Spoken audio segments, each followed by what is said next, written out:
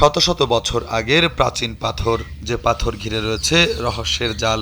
এই পাথরকে ঘিরে যেমন প্রচলিত আছে হাজারো কল্পকথা, তেমনি একে অসম্মান করে প্রাণ হারানোর দাবিও আছে এলাকাবাসীর। পাকিস্তান পিরিয়ডে একটা ঘটনা ঘটেছিল। ওই মাধবগড়টার উপরে একজন লোকে ওই শিকদার বাড়ির জিগির আলী শিকদারের ছোট ভাই প্রস্রাব করছিল। প্রস্রাব করার পরে ওই স্বপ্নে তাকে দেখাইছিল যে এই মাধবগড়টার উপরে দুধ দিয়ে পরিষ্কার করে ধুয়ে দেন। তখন তারা ওটা বারবার 3 দিনই দেখানোর পরে যখন না দেখাইছে, তখন ওখানে একটা জাল দেয়া, যখন কিনা একটা মাছের জন্য খেয়াও দিছে ওই নদীতে, ওই জালের সাথে হেও চলে গেছে।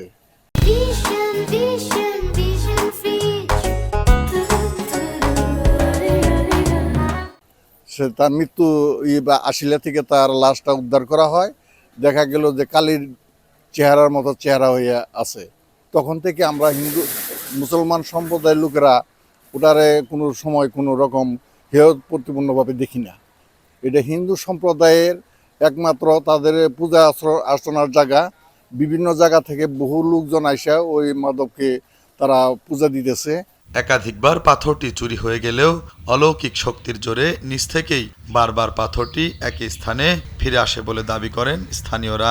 আমি যেটুকু জানি পাথরটা 200-300 বছর আগের পাথর। পাথরের কিছু অলৌকিক ক্ষমতা আছে। অনেকে এটাতে পূজা পার্বণে হিন্দু মুসলমান সবাই করে, হিন্দুরা বেশি করে। অনেকে মনের এই ইচ্ছা পূরণের জন্য ওখানে দুধ, চিনি, বাতাসা অনেকেই দেয়। এখন অলৌকিক ক্ষমতা আছে, তো আমি যাইতে দেখি আমি নিজে ওটা মানত করিও না। আমি অসম্বন্ধে শুনি যে লোক মতো যে যায় তার নাকি মানত পূর্ণ হয় আর কি।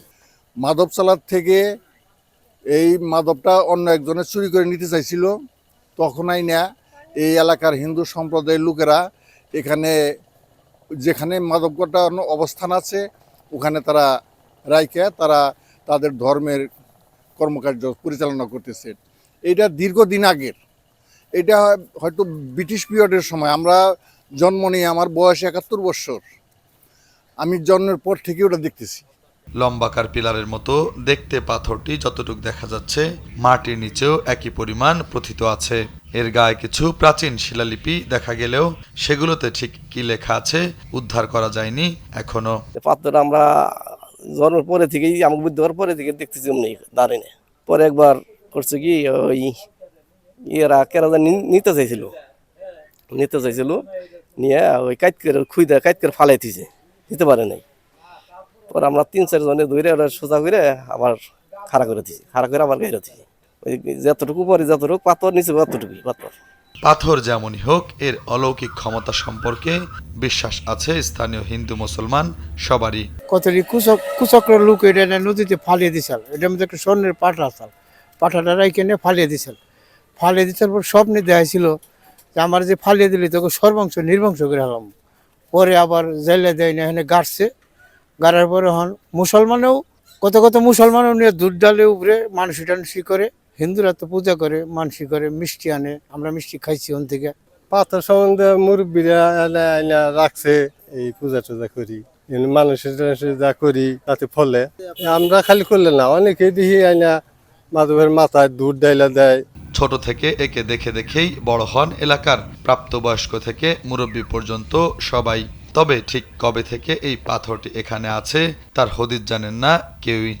দুনিয়া সৃষ্টি হয়েছে সেই জন্য পাথর দেখতে আসছে মুরব্বীরা, তার দাদা দেখছে, তা ওই দেখছে, এমন করে রাখতেছে এই নাকে দিয়ে পাথরটা বহে হচ্ছে কাজ সেই দেয়। মুরব্বীরাও ছুঁয়ে গেছে, আমরা এখন তো আছি।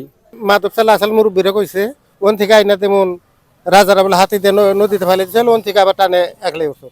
তারপর থেকে তেমন মানুষের সংরক্ষিত করে। এটুকু আমাদের জানা, আর কিছু জানা নাই। অভিযোগ আছে শত্রুতা করে কেউ একবার পাথরটিকে নদীতে ফেলে দিয়েছিল। পরে মাছ ধরতে গিয়ে সেখান থেকে পাথরটি খুঁজে পান স্থানীয় জেলেরা। এটা মাদক তলা নাই না, এটা দয় ফালিয়ে দিছিল। দয় ফালাইছিল না, দয় ফালিয়ে দিছিল। এটা যাইলেরা ওই আগে এই বের দিত, মাছ ধরতো, বড় বড় শীতল মাছ, এই মাছ এনে ধরতো।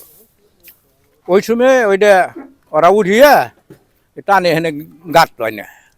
আমরা তো তখন ছোট পোলা ভান, এখন এইটা দিয়ে যারা পূজা টুজা দেয় এটুকু আমরা জানি। আমার বয়স হওয়ার পর যা দেখতেছি, ও তো হিন্দু সমাজের যারা এখানে মানত টানত করে তারাই গিয়া ওখানে গিয়ে মানত টানত দেয়, একটা আশাই দেয় আর কি। যার যে আশায় দেয় ওই আশাটা তারা পূর্ণ করার জন্য তারা ওখানে যায়। এটুকুই আমি যতটুকু দেখি আর কি।